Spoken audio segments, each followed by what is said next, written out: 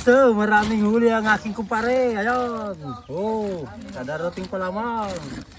Ang tawag ko dito ay burot-burot. Ayan. Oh, sariwang-sariwa. Ha? Mamaya na. Ikaw na pumasok doon sa kusina. Mamaya na, si Papa muna lang. Ha? Ayaw kong kumuha eh. Ikaw mong bigay. Wala na. Paabiyahin na namin ngayon. Sige. Dito oh. Saan? Mahugis na yan. Marami. Mahihain ako. Ang dami naman yan.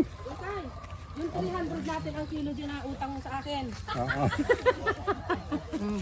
Ay, hawin namin to. Kabutil. Ito po yung binigay sa akin na isda.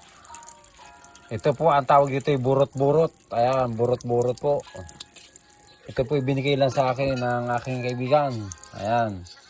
Kumpare at kaibigan, magkapatid po yun. Kaya ako po yung binigyan lamang.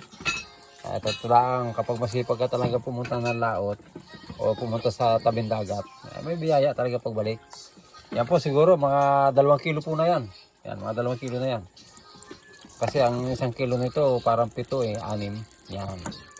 Sobra na po yan. Biyaya po talaga. Kapag mabait at pasipag ka mga kabutil. Kaya ang payo ng kabutil, maging mabait ka lamang. Pala kaibigan. Maraming kang biyaya na matatanggap. Let's go!